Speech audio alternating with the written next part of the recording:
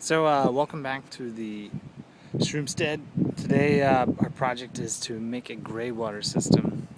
This is a pretty neat idea that I saw online actually. I'm not 100% sure where. Um, but it's pretty neat. What it does is it incorporates a marsh system into the gray water, and then from there it'll go off into a regular gray water system that'll feed the surrounding area and everything like that. So the idea is to build this little marsh area up from just the sink water and the laundry water. No use wasting that stuff. So what you're going to see here would be the beginnings of the marsh, and then it's kind of stopped. Once this gets built and gets going, then the idea is to actually build in maybe a pond, since we got 24 ducks going to be coming here very shortly.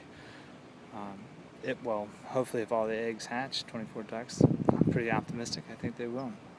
So what I'm going to show you here is a pretty neat little system. Like I said, I saw online, and I'm sure you could probably Google it if you wanted to.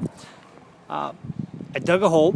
Obviously that's something you need to do. And I lined it with black plastic. A lot of people use pool liners. They're probably going to hold up a little bit longer than this black plastic, but I like to repurpose things, and because I use it for growing the mushrooms to help keep my grow area a little dark, I had a lot of it left over. So this is what it looks like. And as you can see, it's a pretty fairly good sized hole. What I'm going to do is I'm actually going to fill this up with rock. Pea gravel would probably be the best thing to do it with, but Home Depot has a thing on a half-ton bag of 3/4 inch rock for $27, and I think that bag will fill this up pretty nicely. So I think I'm just going to go with that. What I have right here is the pipe's going to come out, and it goes into this box. It's just a packing crate, a plastic packing crate, but it's slotted, and I filled it with wood chips. The idea is that this will act more like a strainer. I don't want to be putting food particles down my sink, so composting is definitely a big factor of using a gray water system. So all I want to do is use like organic or all natural soaps, and so this is more to catch the soap scum and any little bit of stuff that might come through, to kind of strain it out and allow the water to go down. The water will now become a pond in here, but it's going to be an underground pond underneath the rocks. And into those rocks, what I'll do is I'll plant marsh grasses, maybe some sugar cane. Sugar cane does a good job of filtering out the waters from contaminated sources. The idea would be then to eventually install a pipe a little bit below the water level,